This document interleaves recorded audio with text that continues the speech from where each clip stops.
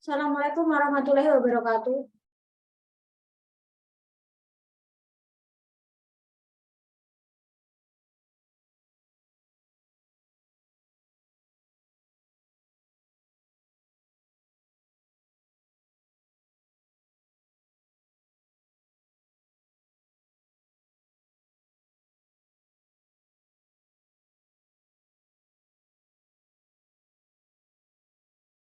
Saya ulangi lagi, Assalamualaikum warahmatullahi wabarakatuh.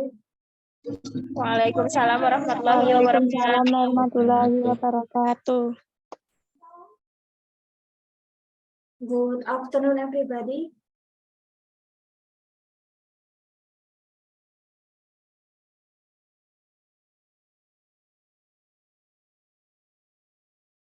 Okay, thank you very much for joining this class today. Terima kasih yang sudah join pada kelas hari ini. Jadi pada kelas hari ini kita online by Zoom sama live YouTube. Jadi silahkan yang mungkin tidak bisa join di Zoom nanti bisa join di YouTube ya. Nah, pada kesempatan ini gitu ya, kita akan lanjutkan untuk materi kita. Jadi kita kemungkinan itu ada sekitar 2 meeting lagi ya, mungkin 1 sampai 2 meeting lagi sebelum nanti kita untuk tes TOEFL ya. Nah, jadi pada kesempatan ini ya, di minggu kemarin kan kita juga sudah singgung tentang materi structure and written expression ya. Nah, jadi hari ini sama minggu depan kita masih akan tetap melanjutkan materi yang sama. Nah, jadi seperti yang sudah saya terangkan sebelumnya bahwa kalau di TOEFL yang terutama di bagian structure and written expression itu kan babnya ada 60 bab ya. Ada 60 bab. Nah, jadi di mana 60 bab ini mungkin kita nggak bisa selesaikan sampai ke 60 ya. Jadi mungkin hanya beberapa saja, selebihnya nanti saya akan share untuk materinya di grup ya. Nanti biar saya upload di Google Drive, nanti silakan untuk bisa download dan untuk belajar sendiri ya. Jadi karena kita keterbatasan waktu, jadi tidak mungkin untuk 60 bab kita habiskan untuk beberapa kali pertemuan. Nah,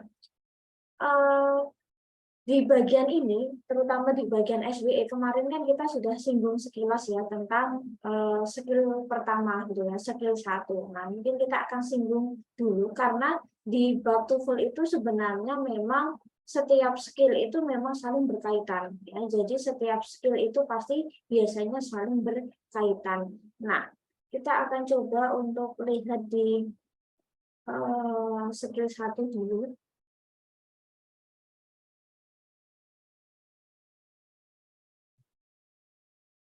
Nah, oke ya. Karena untuk di bab-bab berikutnya itu pasti juga masih terkait dengan di bab 1 ya, atau skill 1. Nah, bahwa sebenarnya kalimat itu harus terdiri dari subjek dan verb itu minimal. Jadi kalimat itu minimal terdiri dari subjek dan verb gitu ya.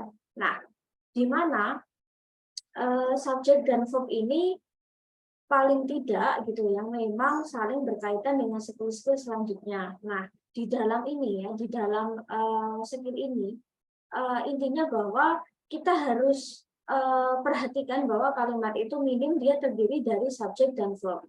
Nah, minim terdiri dari subjek dan verb. Nah, terus di mana subjek dan verb ini dia harus selalu jejer gitu ya. Jadi ketika ada subjek dia harus ada verb. Ketika ada verb juga harus ada subjek. Jadi subjek dan verb ada. Ketika ada subjek gimana caranya harus ada verb. Ketika ada verb gimana caranya harus ada subjek ya. Kemarin kita sudah sempat singgung ya. Terus yang bisa jadi subjek itu apa? Nah, yang bisa jadi subjek atau pelaku dalam artian ya, subjek kan orang yang doing something, melakukan sesuatu, tetapi dalam artian pelaku di sini tidak hanya sebatas are you with this, he it, no ya, tetapi dia bisa lebih luas dari situ gitu ya. Misal ketika I, saya, you itu mungkin yang paling simpel. We itu mungkin bisa you and I, my friend and I, my family and I. Jadi lebih luas lagi dari itu. Apalagi it. It pun juga luas. Jadi it itu tidak melulu hanya mengacu ke benda, ke hewan, tetapi dia bisa mengacu ke nama sesuatu, misal nama tempat, mungkin nama makanan, nama minuman, ataupun apapun gitu ya. Yang intinya dia bisa merujuk ke benda mati atau benda hidup. D pun juga luas. D itu mengacu ke mereka. Mereka dalam artian bukan hanya mereka yang untuk benda mati gitu ya, tetapi juga untuk yang benda hidup gitu ya. Nah, yang intinya bahwa D itu mengacu ke kata apa ya, ke subjek yang dia itu jamak atau banyak. She atau he itu pun juga luas gitu ya. Apa ya? Mungkin juga kalian jarang menemukan bahwa kalimat kalau di awal itu awalannya he atau she. Mungkin dia bisa mengganti sudut pandangnya. Misal kalau she bisa nama orang perempuan, kalau misal the girl, mother, sister, woman, lady, bla bla bla bla dan selanjutnya gitu ya. He apalagi he pun juga sama, mungkin nama orang laki-laki, father, brother, man, headmaster dan sebagainya.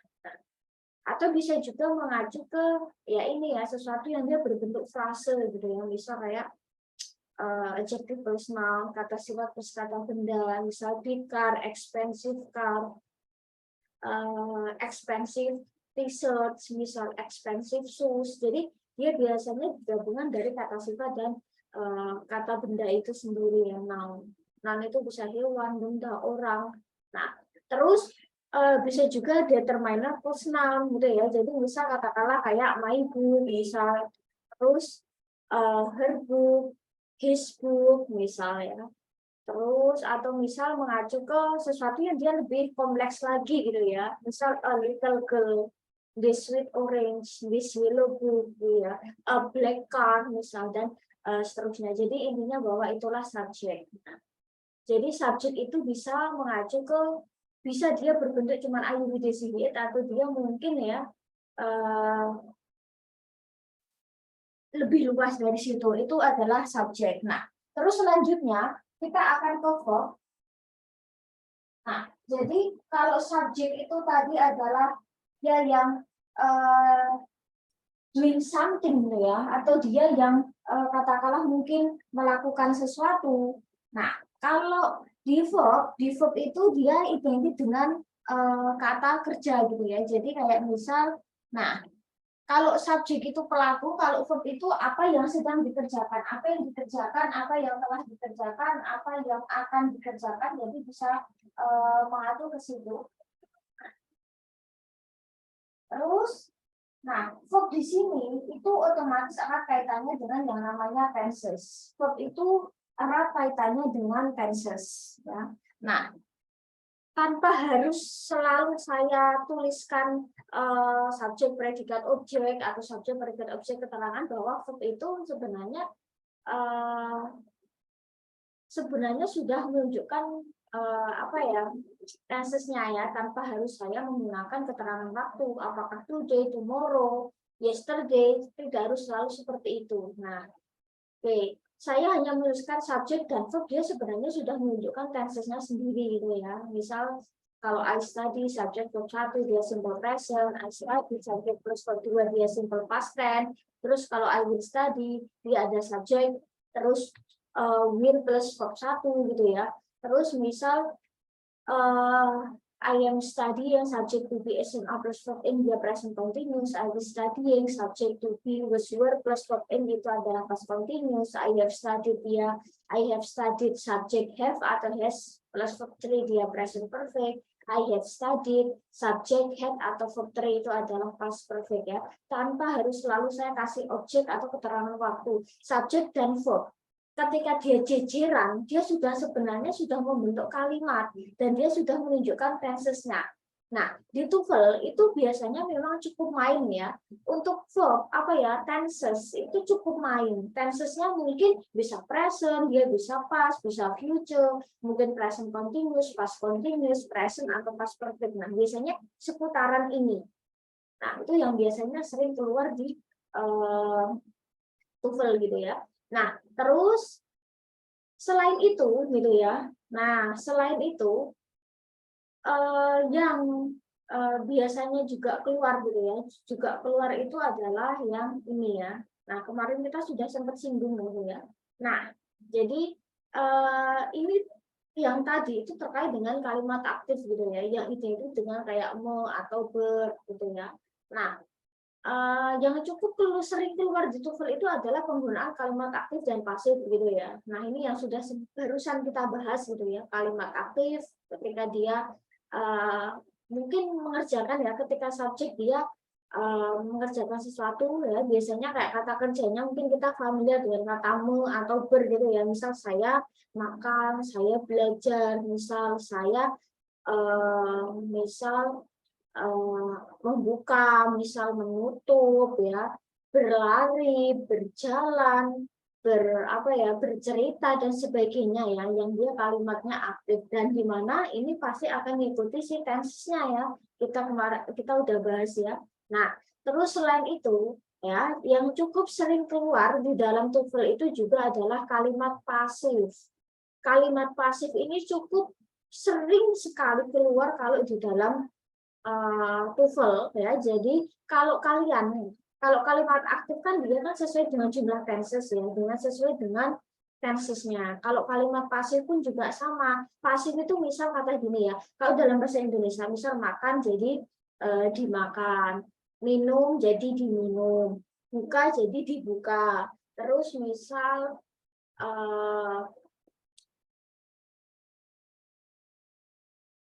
terus apalagi ya, masak jadi dimasak misal seperti itu ya. Jadi biasanya itu dengan di atau ter. Nah, cuman kan kalau dalam bahasa Inggris agak sedikit berbeda nih. Kalau dalam bahasa Indonesia ketika kita mau bilang kata kerja yang aktif ya atau pola kalimat aktif kan ya udah bisa saya makan nasi misal ya, I eat rice, I drink a tea misal, saya minum teh gitu kan. Cuman gitu kan, kalau di dalam bahasa Indonesia kan misal kata kerja itu cukup dikasih di, dia otomatis ya, dia sudah pasif, otomatis dia pasif ya, makan jadi dimakan, dikasih di aja dia sudah membentuk pasif. Cuman kan kalau di dalam kalau di bahasa Inggris itu kan sedikit berbeda ya. Nah, mungkin kalau yang dulunya bahasa Inggris 1, bahasa Inggris 2 deh. Kalau di bahasa Inggris 2, kalau dulu ada materi saya, cuman saya nggak ngajar kalau nggak salah ya. Jadi mungkin beda beda dosen, beda materi kali ya. Cuman kalau di bahasa Inggris 2 saya, itu saya ajari gimana kita membentuk kalimat pasif. Karena nanti untuk TOEFL cukup banyak kalimat pasif.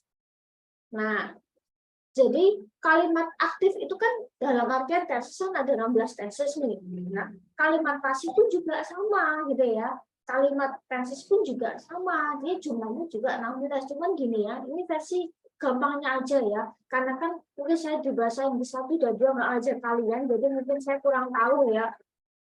Ini pernah diajarkan apa enggak gitu ya. Nah, intinya gini, kalau kalian ya di dalam soal ya, saya bilang ya, ketika misal di dalam soal atau di teks ya atau di jawaban kalian menemukan pola to be SMA plus verb 3, maka dia adalah pasif, pasifnya present tense. Nah, terus kalau kalian menemukan pola to be was atau were, dia plus verb 3, maka dia adalah tenses yang past tense, dia bentuk pasif. Ini kata kerja iya, benar ya. Tapi dia kata kerja kan ada yang bentuknya aktif, ada yang pasif ya. Kalau ini versi pasif.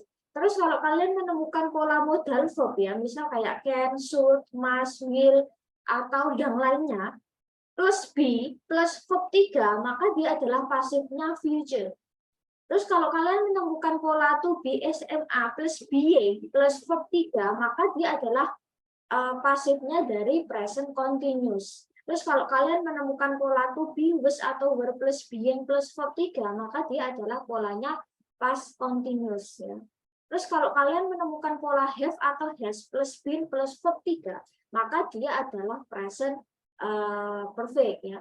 Terus kalau kalian menemukan pola had atau been plus verb 3, maka dia adalah pola past perfect. Nah, jadi ini yang kemarin sudah pernah kita singgung di minggu kemarin gitu ya. Nah, jadi memang kalau di skill pertama itu memang intinya bahwa kalimat itu ya, dia paling tidak harus ada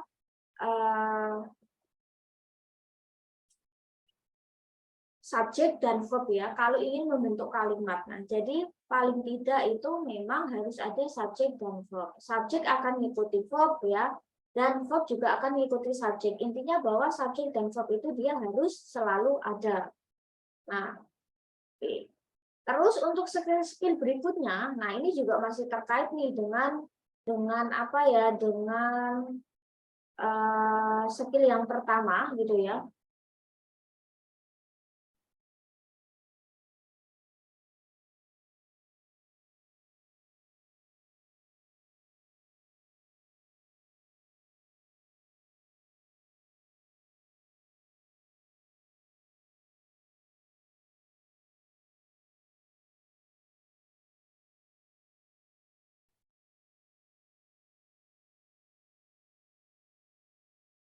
Oke, kita coba ke skill yang kedua. Nah, skill yang kedua ini pasti juga terkait dengan skill yang pertama gitu ya. Nah, ini pasti terkait dengan skill yang pertama. Nah, oke. Untuk yang skill kedua itu adalah object of preposition. Be careful on object of preposition. Hati-hati pada objek preposisi. Nah, jadi intinya gini, bahwa ada sesuatu hal gitu ya, ada mungkin berbagai hal atau yang dia intinya dia menghalangi antara subjek dan verb itu ketemu. Ya paling gampangnya gitulah ya. Jadi ketika ada subjek dan verb itu seharusnya kan dia jejer ya, subjek dan verb. Tetapi di mana kalau subjek dan verb itu dia tidak bisa ketemu langsung, dalam artian itu gini, ada yang menghalangi. Mungkin yang menghalangi itu sebelum subjeknya, atau setelah subjeknya, atau setelah verbnya.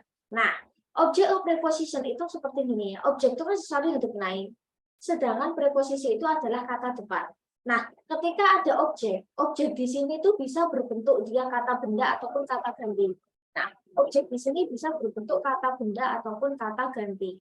Nah, misal kalau kalian menemukan kata ini ya, misal kayak kata about, below, in, over, until, above, inside misalnya, di atas, di samping, di belakang, di depan misal, terus across misal ya, beside, into, since, after, setelah, sebelum gitu ya, after, before, between, di antara, near, dekat, with, dengan, against, terhadap, nah, by, of, among, di antara, of, without, tanpa misalnya, during, selama, on, to misal to itu ke maksudnya ya, atau untuk misal at itu juga pada atau di ya, terus apalagi ya, for, sejak, for itu bisa artinya untuk, bisa artinya selama ya, terus misal behind ya, di belakang, from, dari, dan sebagainya. Nah, maka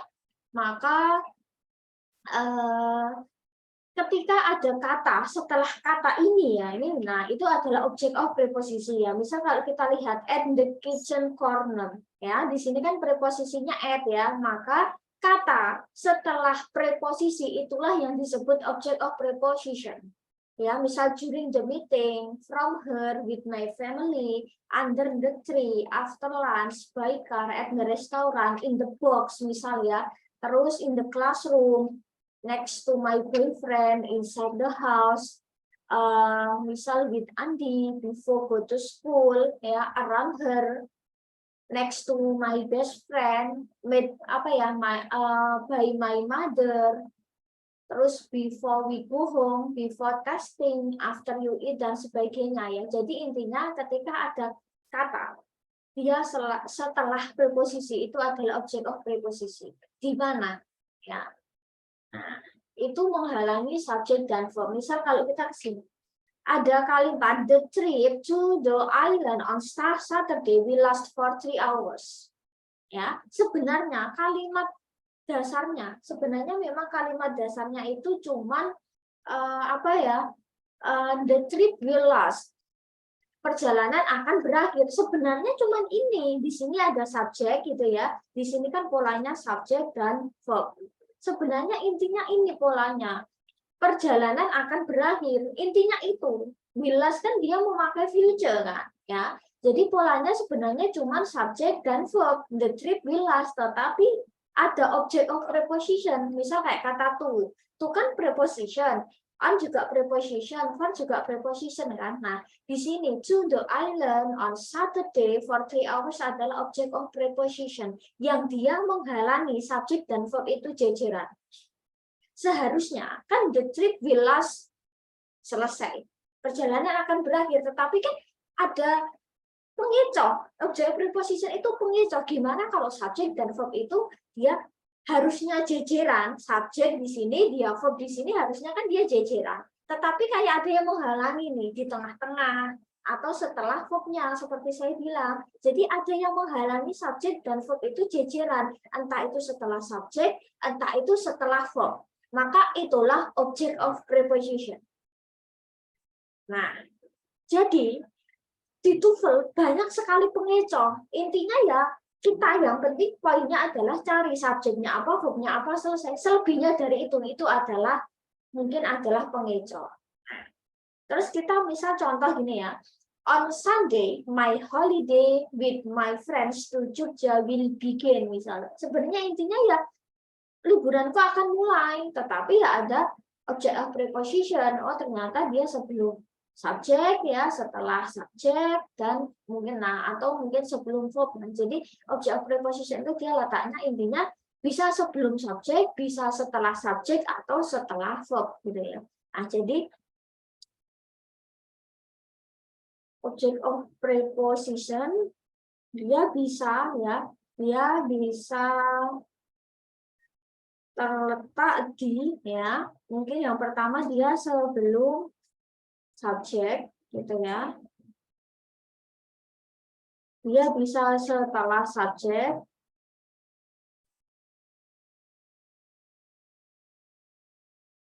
Ya, setelah subjek atau mungkin bisa sebelum verb gitu ya. Bisa juga dia letaknya intinya gini ya. Sebelum verb atau setelah verb. Maka dia biasanya adalah pengecoh. Yang harusnya kan subjek kalimat itu kan minimal ya. Kalimat itu minimal kan subjek dan verb. Dia harusnya jejeran. Nah, tetapi ada ini, ada yang mengecoh. Terus kita ke contoh soal selanjutnya ini ya. Ke contoh soal selanjutnya misal Cumai was a big surprise. Nah, di sini kita lihat di sini gitu ya. Di sini kalau kita lihat, nah di sini ada kata was seperti yang pernah kita bahas bahwa to be itu adalah verb, to be adalah kata kerja. Maka di sini ada verb. Di sini berarti kita butuh yang namanya subjek. Kalau kita lihat, kita cari kira-kira ada nggak ya objek preposition. Oh, ternyata to my. To itu bisa artinya untuk, bisa artinya menurut, ya. Menurut my. Titik-titik was a big surprise. Di sini ada subjek. Ada verb ya. Maka kita butuh subjek. Berarti kalimat ini nggak ada subjek ya. Nah, maka kita cari gitu ya, maka kita cari subjeknya yang mana yang bisa jadi subjek. Kalau yang A, kata keterangan nggak bisa jadi subjek. Si, funny, lucu, dia nggak bisa jadi subjek karena dia adalah dia adalah kata sifat ya. Terus when, dia keterangan waktu, nggak bisa jadi subjek, maka yang bisa jadi subjek adalah the party. Ya, dia tunggal, maka dari itu dia menggunakan was ya. Kalau di sini dia jamak, maka ini tinggal diganti would. Nah, seperti itu. Terus pola yang kedua, contoh yang kedua, misal ya. Nah, ini pun juga sama. Oke, ini misal with his friend bla bla bla found the movie theater. Nah, di sini kalau kita lihat di sini kenapa di kalimat awal itu ada preposisi? Pasti dia setelahnya adalah object of preposition kan? Maka nah kita analisis, mungkin kita bisa kurung atau kita coret, berarti ini adalah object of preposition. Terus di sini kita lihat kalimat itu harus subjek dan verb. Di sini ada verb found. Maka kita butuh subjek. Ketika ada subjek harus ada verb. Ketika verb ya gimana caranya harus ada subjek. Nah, berarti kita cari mana yang bisa jadi subjek. Nah, has ini bukan subjek. Has itu verb. Nggak mungkin dalam satu kalimat double verb. Double subjek pun juga nggak bisa. Nah, yang benar adalah yang he. Nah, dengan temannya.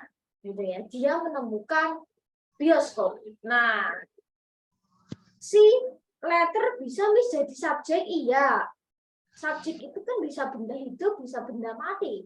Cuman kalau kita secara konteks kalimat kan ya nggak pas kan. Menemukan bioskop, masa surat menemukan bioskop kan nggak mungkin. Apalagi di keterangan waktu nggak mungkin juga jadi subjek. Itu adalah yang skill yang kedua gitu ya. Nah, terus kita akan yang skill ketiga. Nah, untuk yang skill ketiga ini juga terkait dengan apa ya? Skill-skill sebelumnya ya, terutama di bagian skill nomor 1.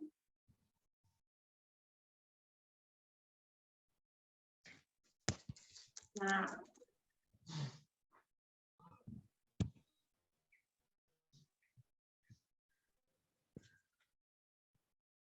kita akan coba untuk skill ketiga.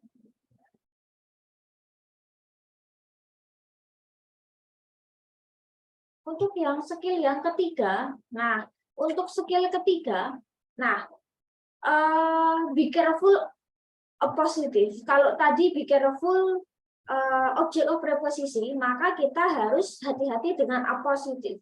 Appositive itu apa? Nah, appositive itu adalah, nah ya, appositive itu kata benda. Dalam artian kalau saya bilang dia adalah sesuatu yang mendeskripsikan ya. Jadi fungsinya adalah mendeskripsikan ya subjek ya, dia adalah sesuatu yang mendeskripsikan subjek ya, mungkin bisa benda mati atau benda hidup, di mana subjeknya itu mungkin bisa benda mati atau benda hidup gitu ya. Jadi dia yang mendeskripsikan, yang dia menjelaskan atau memberikan keterangan lebih pada subjek.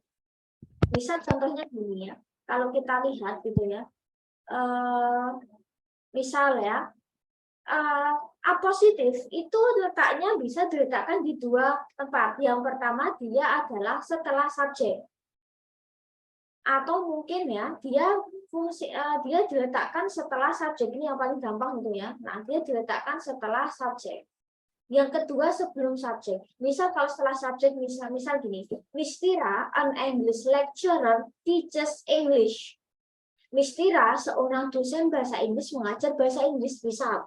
Nah, di sini kalau kita lihat gitu ya, di sini kalau kita lihat, nah di sini ada sesuatu yang dia menjelaskan. Sebenarnya intinya kalimatnya kan cuma Mistira mengajar, ya Mistira teaches. Intinya cuma itu ya, Mistira mengajar. Intinya cuma itu, ada subjek, ada verb, jajaran.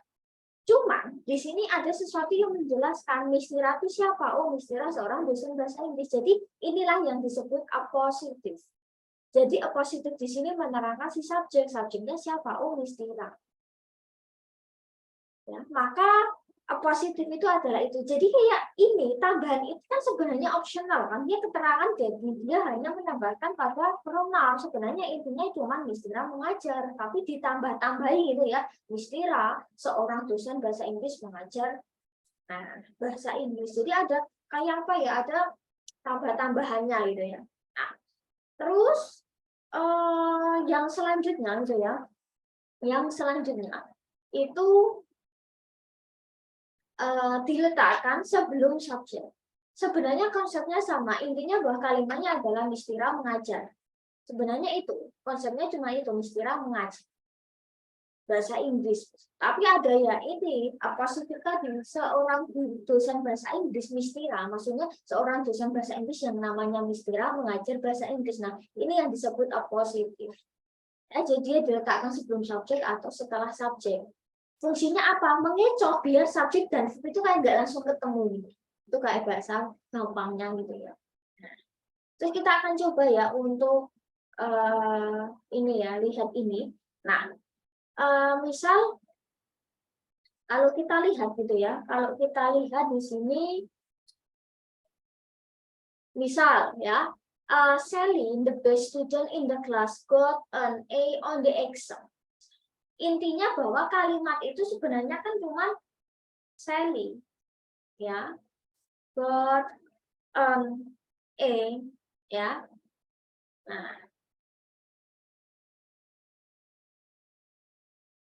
Intinya sebenarnya ini kan, Sally mendapat A di ujian, tetapi ada yang mendeskripsikan Sally itu siapa sih? Oh, Sally itu murid terbaik di kelas, jadi itulah positif. Jadi ada kayak keterangan yang dia mendeskripsikan subjek itu lebih. Nah, terus misal kita lihat di sini, George is attending the lecture. Nah, kalau ada soal yang seperti ini, itu biasanya identik dengan nama dulu. Nah, berarti kalau di sini ya, kalau kita telah di sini adalah subjek, di sini is attending, dia adalah to be plus verb ing, maka dia adalah tenses-nya present continuous. Maka di sini sebenarnya kan sah. Dia udah ada subjek, udah ada verb. Cuman kita butuh positifnya. Kira-kira mana ya yang bisa menjelaskan si George itu siapa sih? Nah, yang bisa menang adalah my friend, temanku George, sedang menghadiri kuliah atau sedang masuk. Nah, yang A right now nggak bisa, dia keterangan waktu ya, dia keterangan waktu, nggak bisa jadi positif. Happily dia keterangan juga ya, keterangan dengan bahagia dia keterangan juga. Nah, because of them itu juga keterangan. Nah, maka yang bisa jadi positif adalah yang dia seolah-olah kayak mendeskripsikan subjeknya itu siapa. Terus yang soal kedua gitu ya. Nah, di sini kalau kita lihat di sini Sarah rarely misses her basketball socks. Sarah jarang melewatkan kayak tembakan basketnya. Nah, di sini sebenarnya di sini kita tinggal cari kira-kira mana yang mendeskripsikan Sarah. Di sini Sarah udah ada subjek, Mrs. sudah ada verb. Sebenarnya kalimat ini lengkap, ada subjek, ada verb. Cuman kita cari apa yang bisa mendeskripsikan si Sarah. Sarah itu siapa sih? Nah, biasanya positif itu bentuknya dia adalah kayak frase. Jadi biasanya dia bisa seperti kayak subjek gitu ya. Sekilas kayak subjek tapi dia tanpa verb. Nah, kalau kita lihat yang B, C sama D, di sini ada is. Is di sini kan verb, nggak mungkin ya kalimat itu nggak mungkin dia double verb ya. Kalau di positif seperti ini nggak mungkin. Nah, ya maka ini double verb nggak bisa. Terus yang C, Sarah is an excellent basketball player. Sarah ini sebenarnya sih kalau secara mana iya, tetapi kalau ditutur ini nggak jalan nih. Nah, ya positif itu bukan pengulangan, bukan kayak lanjutan bahwa oh Sarah pemain basket yang hebat, dia jarang, bukan seperti itu ya, tetapi kita cari yang sekiranya bisa mendeskripsikan si subjek. Nah, terus kalau yang di ada kata play, nggak mungkin play sama is. Nah, ini kan verb ya, nggak mungkin dia bisa jadi positif. Yang bisa jadi positif adalah yang A, yang dia no verb, tanpa verb. Maka yang benar adalah yang itu adalah skill yang ketiga. Kita akan ke skill 4 sama 5 karena ini hampir berkaitan gitu ya. Nah, skill ini hampir berkaitan. Kita akan ke skill 4 dan skill 5. Nah, untuk yang skill 4, nah, di sini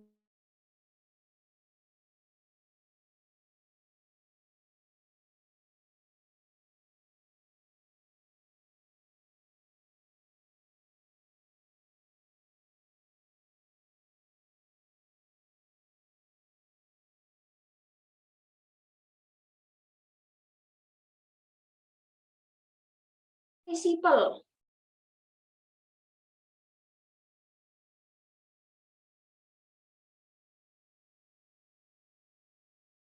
Oke. Nah, present participle itu seperti apa? Nah, ya, kalau kita lihat, nah, ya, present participle itu adalah verb ing. Dia adalah verb ing.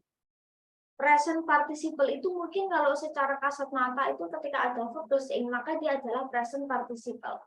Nah, present participle itu termasuk pengecoh pada soal TOEFL ya, termasuk dia adalah pengecoh. Nah, di mana present participle itu dia bisa kayak jadi seperti seolah-olah kayak positif, ya. Nah, seolah-olah kayak positif. Cuman kita juga harus hati-hati. Present participle itu prinsipnya beda sama pola continuous ya. Ketika ada SMA plus verb ing. Nah, mungkin kita bisa lihat di sini secara perbedaan. Nah, jadi gini. Present participle itu biasanya dia verb ing plus noun. Secara penggunaan itu biasanya seperti itu ya. Jadi verb ing plus noun. Nah, mungkin saya bisa tambahkan di sini. Nah, oke. Noun itu kan dia bisa benda mati gitu ya. Mati atau hidup. Ya. Nah, oke. Nah, jadi present participle itu intinya bahwa biasanya diawali dengan ini. Ya, verb ing plus noun. Ya, misal kayak gini ya. Smiling girl, gadis yang sedang tersenyum. Beda loh. Dalam artian itu kayak misal ya, the girl is smiling. Ya, kalau kita lihat the girl is smiling itu kan dia bentuknya continuous, bukan present participle ya. Beda ceritanya. Present participle itu dia tanpa to be, intinya itu. Yang dia biasanya menempel pada noun, misal smiling girl, gadis yang sedang tersenyum. Secara makna sama, the girl is smiling, setelah sama gitu ya, sama. Jadi terus singing student sama dengan murid yang sedang bernyanyi. Crying baby, bayi yang sedang menangis. Jadi seperti itu, present participle itu verb ing plus noun.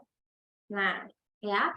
Terus kalau misal ya penggunaannya itu apakah ini bisa jadi subjek? Bisa. Dia bisa jadi subjek ya. Nah, present participle bisa jadi subjek. Dia bisa jadi subjek. Nah, kalau ini subjek, kan kita tetap butuh yang namanya apa ya? Verb ya, misalnya the smiling girl is my sister ya, gadis yang sedang tersenyum itu adalah saudaraku. Di sini polanya ya, secara pola dia itu kan ada subjek ya, dia ada verb juga ada nah, secara pola dia subjek terus verb ya.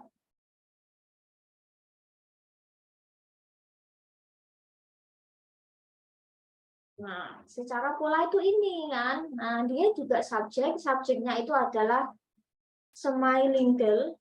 Nah, ya. Terus verbnya adalah is. Maka sebenarnya polanya di sini tuh memang sudah subjek dan verb. Nah, ya, smiling girl is my sister. Di sini sudah ada subjek dan verb. Kalimat itu kan minim harus ada subjek dan verb kan. Nah, maka sebenarnya memang ini sudah memenuhi kaidah gitu ya. Oke.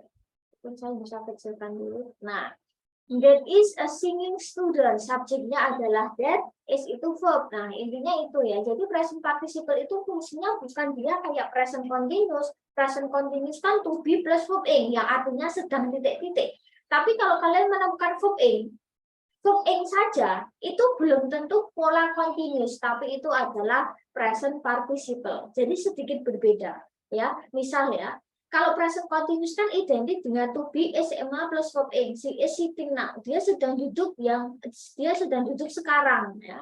Nah, atau misal apa ya? Nah, ini adalah kalau ini present continuous. Nah, tapi kalau present participle itu kan sedikit berbeda ya. Dia biasanya tujuannya adalah biasanya ya dia diikuti dengan yang lain, bukan hanya sekedar si is sitting, bukan is sitting atau sitting saja, tetapi mungkin adalah sitting girl, gadis yang sedang duduk. Nah, jadi berbeda. Jadi fungsi yang pertama dia bisa bagian jadi verb, dia verb juga ini ya. Terus ya, he was studying English ya. Mungkin kalau kita familiarnya kalau present continuous seperti itu ya. He is studying English misalnya. Terus fungsi yang kedua adalah fungsi adjective. Kata sifat seperti yang tadi saya bilang, the smiling girl, gadis yang sedang tersenyum. Itu berarti mensifati si noun yang dilengkapi, the smiling girl. Terus misal apa lagi ya? The crying baby ya. Bayi yang sedang tersenyum, the winning athlete, atlet yang sedang memenangkan, atlet yang sedang menang. Nah, jadi fungsinya itu yaitu ya. Jadi fungsi adjektif di sini adalah kalau dia letaknya itu ya ini verb ing plus noun ya. Noun itu mungkin bisa benda mati ataupun benda hidup ya. Ya, misal the student applying for the scholarship are required to submit a motivational essay. Kalau kita lihat di sini yang saya kasih apa ya warna merah itu adalah present participle. Nah, present participle itu fungsinya dia bukan jadi verb loh ya, bukan verb loh ya. Karena kalau applying kan nggak jalan. Harusnya kan is atau was applying kan logikanya kalau dia jadi tenses. Nah, misal di sini sebenarnya subjeknya any students ya. Terus verbnya apa? Are. Maka present participle di sini fungsinya itu sebelah kayak positif yang tadi saya bilang bahwa dia itu kayak memberikan penjelasan terhadap subjek. Siswa diminta mengumpulkan esai motivasi. Sebenarnya selesai. Siswa diminta, gitu ya. Required itu kan tadi adalah pasif ya, tapi bentuknya adalah present continuous kan. Nah, siswa diminta, udah selesai. Sebenarnya itu kalimatnya selesai, ada subjek atau cuma kayak ada ini loh. Bentuk kayak tadi saya bilang, kayak positif sesuatu yang mengecok. Jadi kayak ngasih keterangan tambah pada subjek. Nah, tetapi dia bentuknya verb ing, maksudnya gitu loh. Kalau present participle, nah, siswa yang sedang mendaftar beasiswa. Jadi dia kayak ada keterangan tambahan. Nah, misal atau misal I often see him. Aku sering melihatnya sedang belajar di perpus. Sebenarnya kan kalimat cuma aku sering melihatnya. Tetapi kan dia ada positif ya, ibarat kata ya. Jadi kayak ngasih tambahan gitu loh. Misal gitu ya. Miss Tira, misal ya kalau kita tambahkan ya.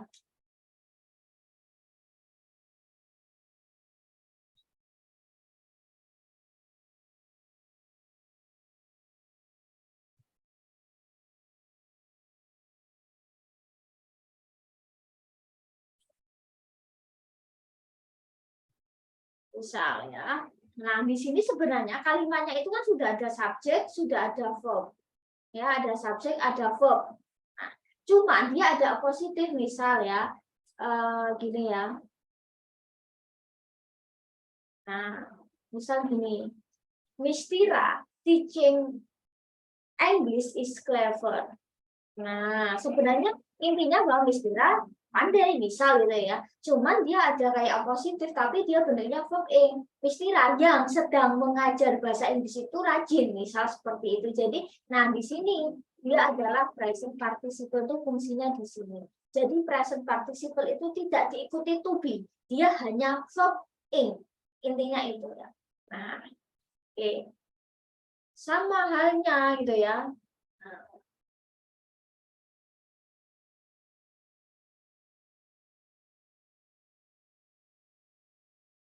Nah, sama. Misal the boy is standing in the corner. Di sini ada subjek, ada verb ing. Maka dia adalah pola present continuous kan to be plus verb ing. Tapi kalau misal the boy standing in the corner was naughty. Di sini ya. Kalau kita lihat di sini ada the boy. The boy itu subjek. Ada standing in the corner. Nah, ya. The boy standing in the corner. Nah, di sini kan kalau kita lihat the boy itu kan subjek ya. Terus pas partisipalnya adalah standing in the corner. Nah, ya kalau kita lihat di sini, nah ini subjeknya di sini, terus standing adalah present participle, terus ya was-nya adalah verb to be. Nah, jadi seperti itu. Jadi the boy standing in the corner was naughty. Sebenarnya intinya cuma the boy, ya intinya sebenarnya cuma ini the boy was naughty. Anak laki-laki itu nakal misal ya. Anak laki-laki yang mana sih? Oh, itu loh yang standing in the corner. Oh, yang sedang berdiri di sana. Oh, oke.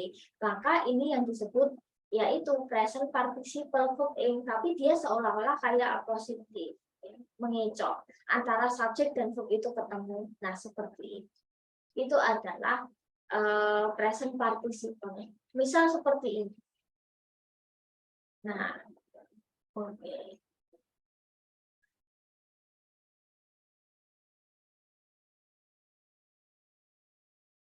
Misal ya, ada soal yang seperti ini. Nah, di sini ada subjek, ada verb. Selesai. Ya, kita harus cari, gitu ya. Ini sudah ya. Oh, ini aja yang paling gampang. Oh ini misal, we see the girl, bla bla bla, the coconut tree in her yard. Kita lihat seorang gadis, titik-titik memanjat pohon kelapa di halaman. Nah, di sini ada subjek, di sini ada verb. Tapi, nah, berarti kita butuh, kalau di sini subjek dan verb lengkap, berarti kita cari yang sekiranya memang gitu ya, dia present participle. Kayak tadi, present participle itu fungsinya bisa apa ya, menjelaskan gitu ya, menjelaskan tentang sesuatu yang mungkin bisa subjek, mungkin bisa objek gitu ya. Kita lihat gadis-gadis yang mana sih itu loh yang sedang manjat pohon kelapa. Oh, nah kalau di sini ya, berarti kan kita butuh positif yang present participle. Maka kalau tadi present participle itu kan dia nggak ada apa ya, dia nggak ada to be ya, maka yang benar adalah yang we see the girl climbing the coconut tree in her yard. Di sini kan ranahnya kita di present participle ya, maka menggunakan verb in tanpa to be. Nah ini juga sama, you mean the one. Oh maksud kamu maksudnya itu ya dia satu-satunya yang sedang parkir di depan toko buku ya. Nah ini pun juga sama, parking ya. Nah, terus jadi seperti itu. Itu adalah present participle. Nah, terus kita akan lanjutkan ya. Kita akan lanjutkan untuk di bagian apa ya? Past participle gitu ya. Nah, kita akan lanjutkan di past participle. Kalau tadi present participle, kita lanjutkan ya. Jadi intinya kalau present participle itu fokus kepada verb ing ya, verb ing. Nah, terus bagaimana kalau bentuknya adalah past participle gitu ya. Nah,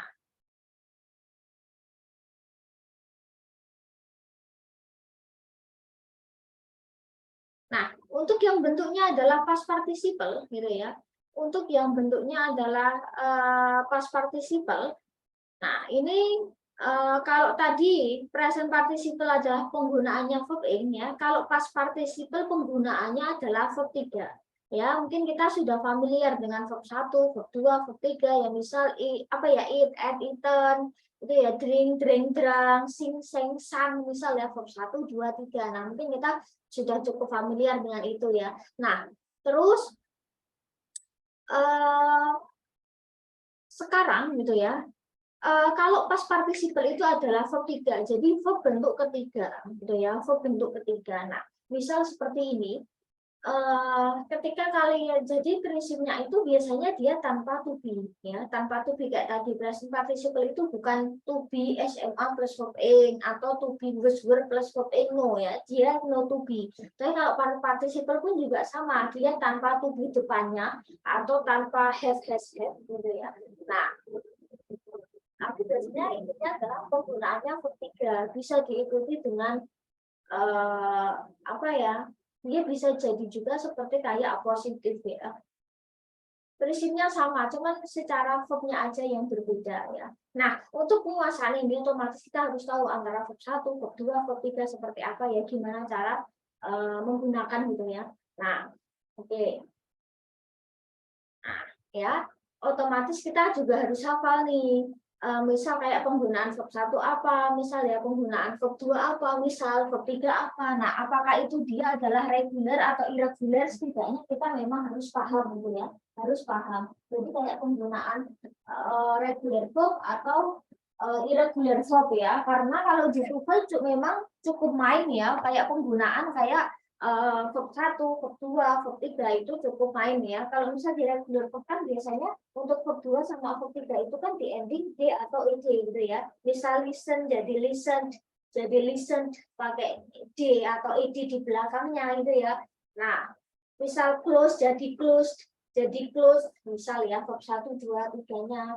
Nah, itu kalau untuk yang pola reguler ya. Kalau irregular itu kan dia bisa sangat variatif ya. Dalam artian itu misal katakanlah irregular itu dia bisa ibarat kata antara verb 1, verb 2, verb 3 itu dia bisa berbeda gitu ya.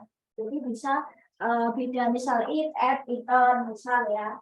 See, saw, terus seen, misal seperti itu. Terus apalagi yang misal kayak sing, sang, sang, misal. Terus kayak kata drink, drank, drank.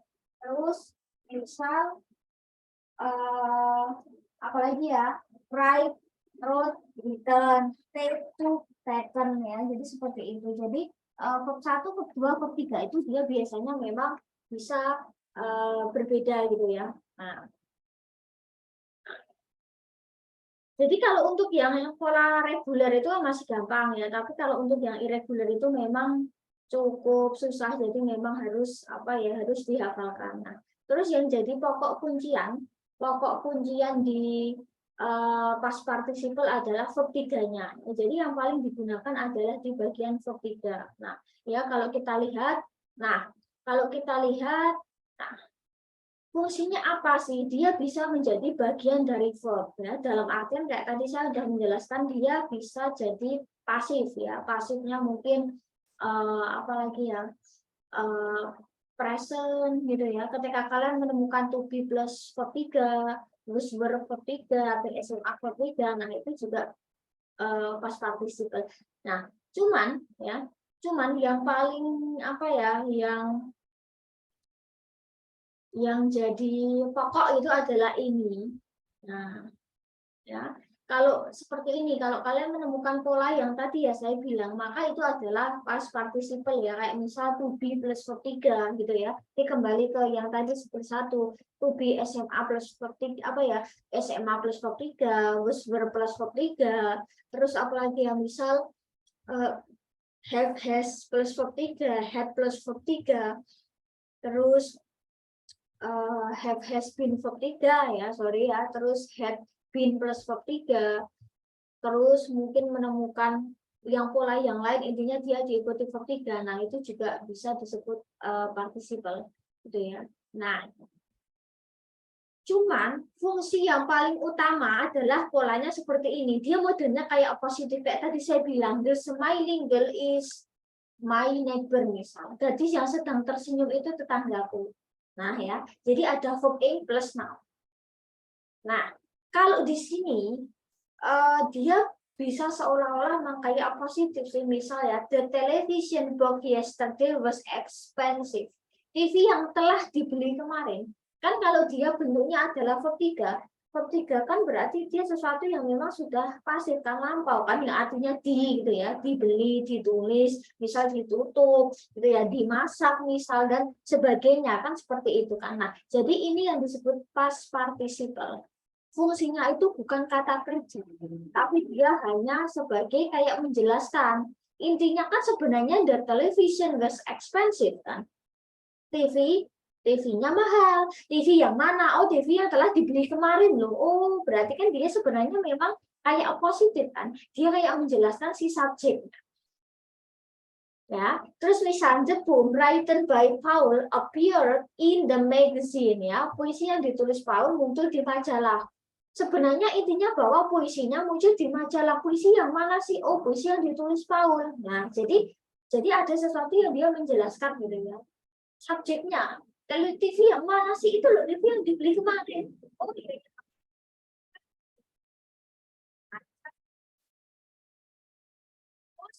Sama. Jadi fungsinya itu sebenarnya kayak sekilas kayak positif gitu ya. Jadi kayak memberikan gitu ya. Memberikan kayak keterangan tambahan gitu ya pada subjek gitu ya, seperti itu. Cuman kalau tadi present participle bentuknya adalah verb ing, maka kalau past participle ya bentuknya verb 3. Nah, ya. Terus kita akan coba ya untuk misal seperti ini. Nah,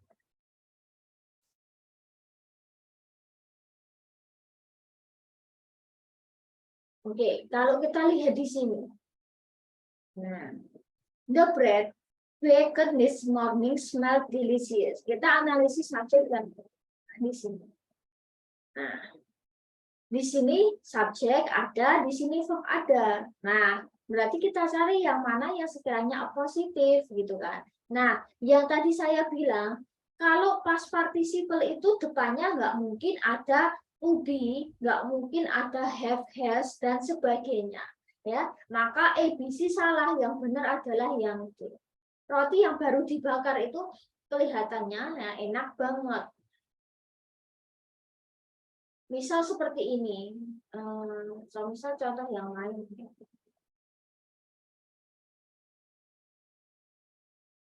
Misal seperti inilah contoh yang benar salah gitu ya. Nah, misal katakanlah di sini the food is served in this restaurant is delicious. Kenapa sih ini salah? Nah, kalau kita telaah ya, kita cari yang sekiranya kayak dia positif. Di sini subjek ya, subjek, verb ada. Terus di sini kok ada verb. Nah, berarti kita kira-kira mana ya yang sekiranya salah gitu ya. Apalagi kalau nanti kalau di pola structure kan enak multiple choice ya, tapi kalau di pola apa ya written expression kan kita harus cari mana yang sekiranya salah. Itu balikannya ya. Kalau di structure cari benar, tapi kalau di apa ya di written expression cari yang salah. Nah, berarti yang salah adalah is. Nah, di sini remove the verb, maka harusnya ini makanan sangat enak. Sebenarnya makanannya sangat enak. Sebenarnya kan ini ya. Nah, tetapi, nah di sini subjek dan verb ada. Kita cari yang sekiranya mungkin bisa jadi positif yang dia menerangkan si subjek. Makanannya enak sebenarnya. Makanan yang mana? Oh, makanan yang disajikan di restoran ini enak. Nah, maka penggunaan to be di sini kan salah. Harusnya ya tetap the food served in this restaurant is delicious. Nah, jadi intinya prinsipnya kan sama.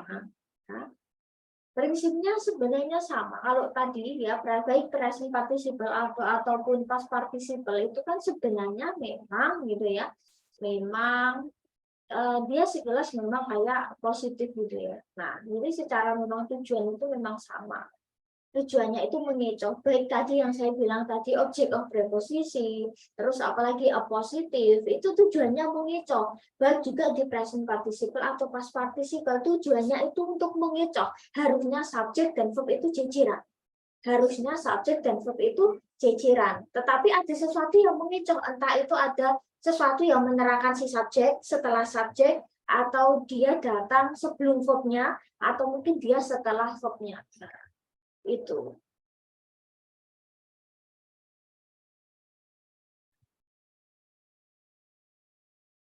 Terus kita sedikit aja kita akan singgung untuk skill 678 itu sebenarnya hampir sama. Mungkin kita singgung sedikit saja. Singgung sedikit saja. Nah, oke. Nah, terus selanjutnya adalah ini ya. Skill 6 itu adalah di bagian konektor. Ya, konektor itu kayak kata hubung. Nah, jadi terkait dengan penggunaan kata hubung ya. Misal kalau kalian menemukan kata gitu ya. Kalau kalian misal menemukan kata seperti kata hubung ya, misal dan, atau, tapi, jadi, atau sehingga. Nah, itu adalah konektor atau kata hubung ya. And itu dan, but itu tapi, or itu atau so itu sehingga, yet itu belum ya. Cuman kita mungkin kita akan pakai and, but, or sama so aja ya, yang biar gampang. Nah, intinya bahwa gini ya.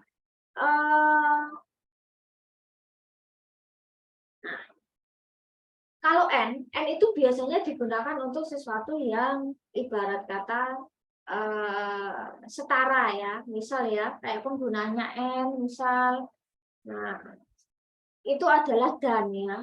Nah, ini biasanya digunakan untuk yang setara. Misal, my mom is cooking and my dad is working in the garden ya. Jadi setara, ibuku masak dan ayahku juga bekerja. Tom is singing and Paul is dancing. Tom itu sedang bernyanyi dan Paul sedang menari. Jadi sesuatu yang dia setara, ya. Nah, atau misal katakanlah, oke, ini ya. Misal kayak Tom is tall but Paul is short. But itu sesuatu yang terkait dengan pertentangan gitu ya, sesuatu yang terkait dengan pertentangan. Jadi misal Tom itu tinggi tapi Paul itu pendek. Nah, jadi sesuatu yang bertentangan ya. Kalau but misal ya. Nah, terus yang or itu pilihan. Kayak pilihan itu ya. Tom yang harus tulis atau Paul yang harus melakukannya gitu ya. Jadi or itu kayak pilihan gitu ya. Misal pilih aku atau dia, choose me or her.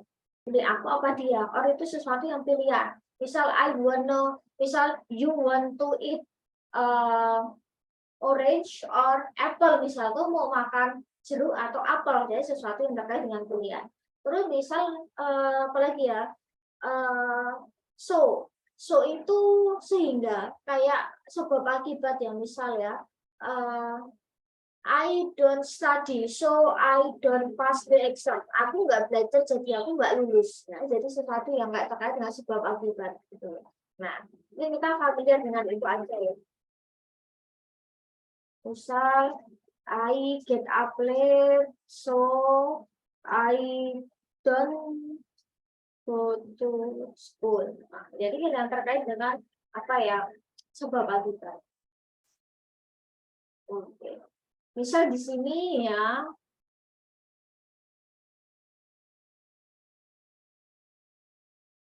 terus misal ya ada soal gitu ya, misal the girl has some shoes, none of them are comfortable for brisk walking. Jadi gadis itu punya banyak sepatu, tidak ada satupun yang nyaman ya, sesuatu yang bertentangan berat. Misal I want to know how customers decide to buy or not, misalnya. Jadi ini terkait dengan kemampuan seperti ini, jadi pahami tentang konteks kalimat ya.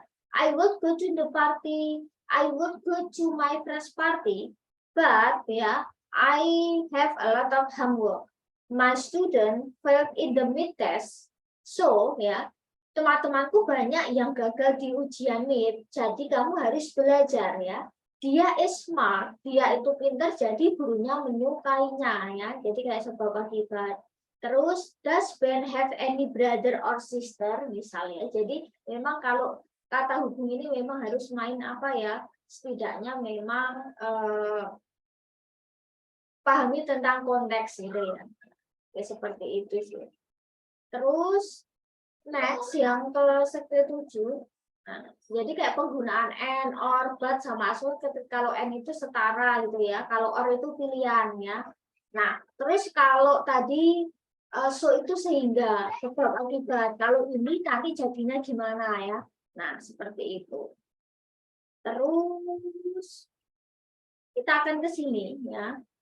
Tadi konektornya yang kita gunakan adalah and, or, but, sama so ya. Nah, kalau untuk yang skill 7 ini adalah konjungsi atau konektor yang digunakan itu misal kayak kata setelah ya, setelah di sini sebelum, karena, meskipun, although, before sebelum, even if itu seolah-olah, as if itu seolah-olah. Kita pakai yang familiar aja ya. Misal unless jika tidak, until itu sampai, when itu ketika, dan where itu di mana atau ketika itu bukan untuk yang menanyakan misal kapan gitu ya, bukan. When itu ketika, bukan kapan. Where itu di mana itu dalam artian bukan bertanya di mana rumahmu, bukan, tetapi misal dia tanya kepadaku di mana rumahku. Jadi lebih ke pernyataan. Jadi ini pun juga sama konsepnya. Jadi memang harus apa yang harus menyesuaikan dengan konteks gitu ya. Misal ya, sejak dia terlambat dia misal ya. Nah, jadi memang harus ke konteks gitu ya. Nah,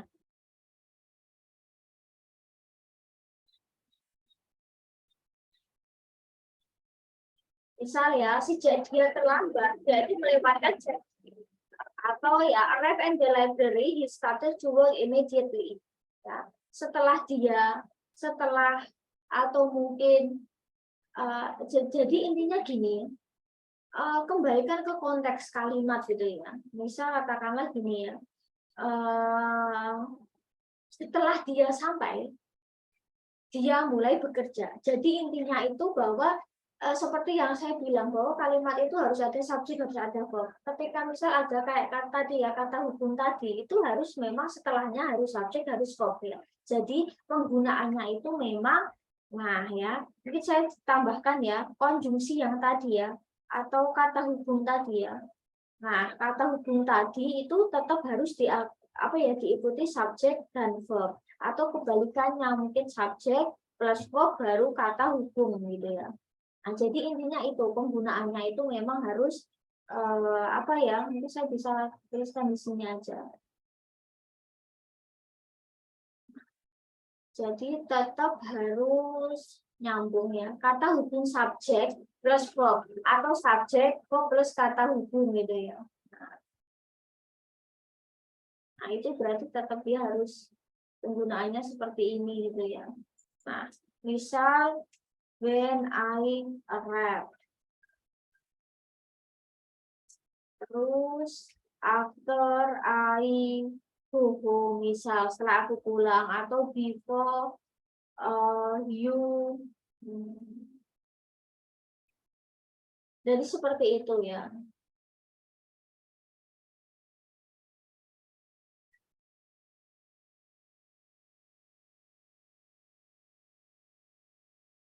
Nah, jadi intinya seperti itu. Ya, jadi setelah kata hubung ataupun sebelum kata hubung, dia intinya harus ada subjek verb kata hubung atau kata hubung dulu baru subjek dan verb. Nah, itu yang paling penting gitu ya. Nah, oke. Sama halnya kita, nah ya setelah siswa sampai di perpus ya, nah dia segera bekerja dengan cepat. Jadi seperti itu. Seperti ini sama sih. Although my boss has a lot of money, he is not arrogant. Meskipun bosku punya banyak uang, dia nggak sombong. Ya, since this weekend is raining, I will just stay at home. Sejak selama weekend ini hujan, aku tuh cuma tinggal di rumahnya. She went to the meeting, also she was ill. Dia pergi rapat meskipun dia sakit ya. Jadi intinya bahwa yang tadi saya bilang bahwa kata hubung itu harus ada subjek verb, kata hubung subjek dan verb. Jadi sama kembali ke skill 1, subjek dan verb harus jarang.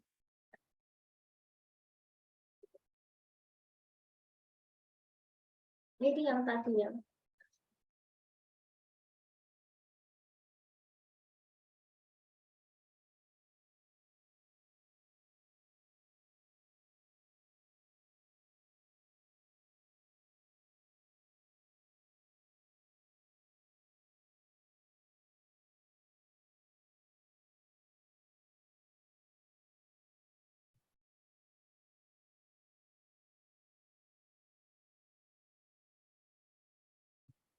Ini yang terakhir.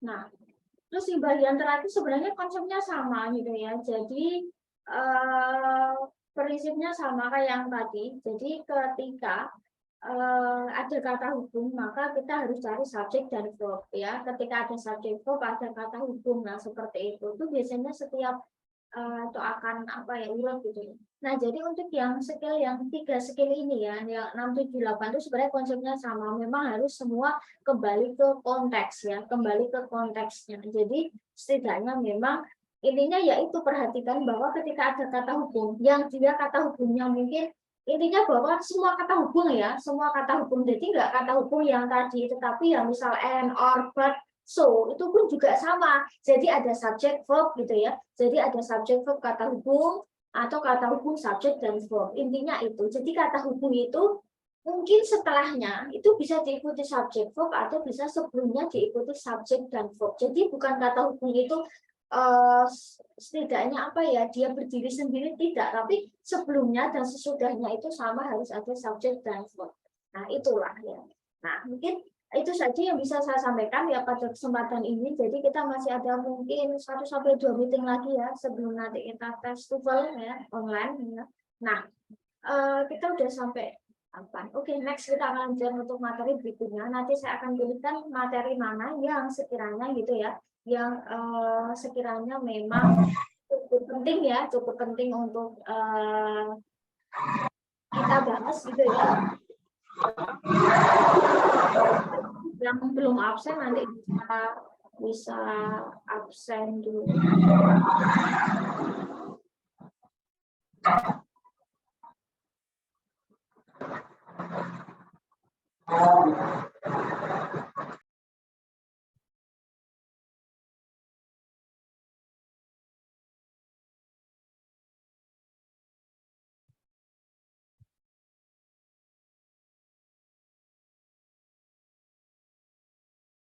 Oke, nah sekalian ya untuk saya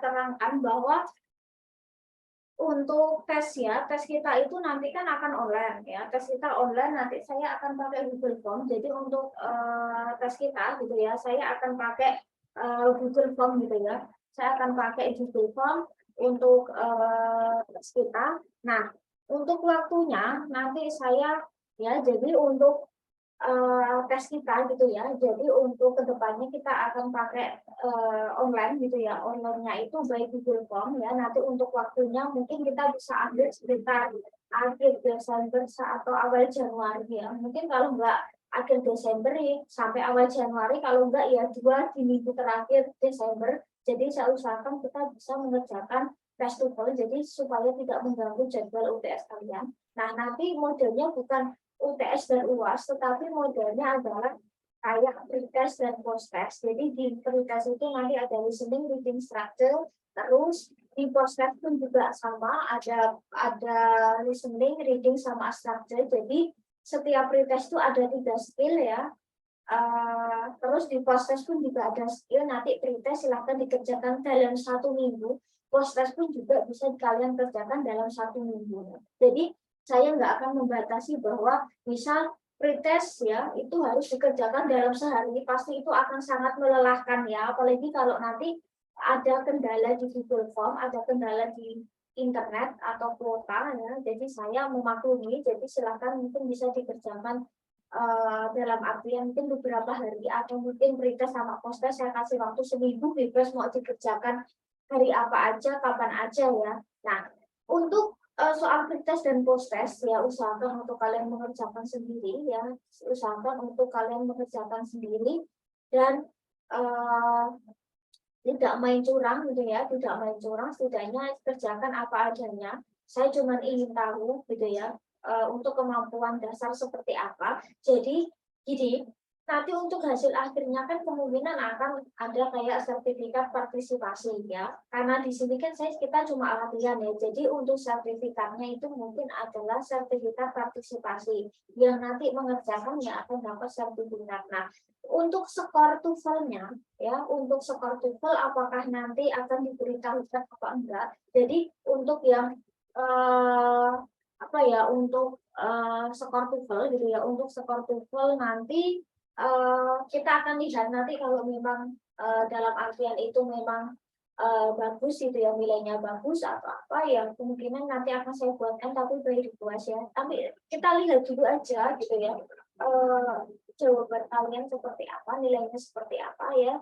Nanti listening 50 soal, reading 50 soal, listen apa ya, structure 40 soal, jadi ada 140 gitu ya. Tetapi ya saya nggak akan membatasi, oh listening itu 35 menit.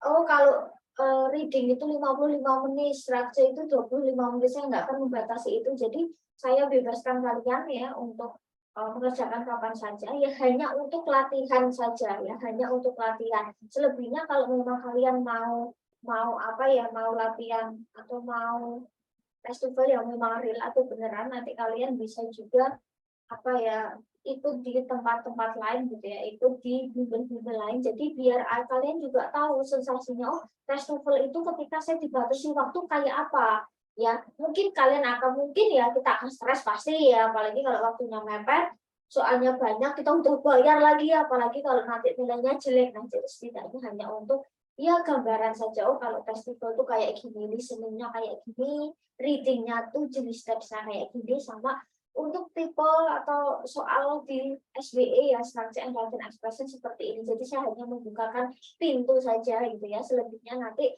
setelah sampai di pintu, ibaratnya ya silahkan kalian yang mungkin banyak belajar sendiri di luar atau kalian pengen uji coba untuk di pintu-pintu yang lain ya, atau di tes-tes TOEFL yang lain. Kalaupun ada ujian tes TOEFL online ataupun offline, sekiranya itu memang dari segi biaya kalian oke, kalian bisa ya silahkan, nggak masalah untuk kalian ikut. Apalagi kalau kelas A kan otomatis kan pasti banyak yang belum bekerja ya, belum banyak yang part time, jadi waktunya masih banyak yang longgar ya. Nah, di mana nanti sertifikat yang TOEFL itu ya, yang biasanya dari bimbel-bimbel resmi itu biasanya diakui untuk surat lamaran pekerjaan, untuk lampiran. Jadi saya hanya memfasilitasi untuk sertifikat partisipasi gitu ya. untuk mengikuti TOEFL Prediction Test. Mungkin itu saja yang bisa saya sampaikan. Kurang dan lebihnya saya mohon maaf gitu ya. Jadi semoga juga bermanfaat ya. Kita masih ada mungkin 1 sampai 2 meeting lagi gitu ya. Nah, jadi kurang lebihnya mohon maaf. Wassalamualaikum warahmatullahi wabarakatuh. Waalaikumsalam warahmatullahi wabarakatuh.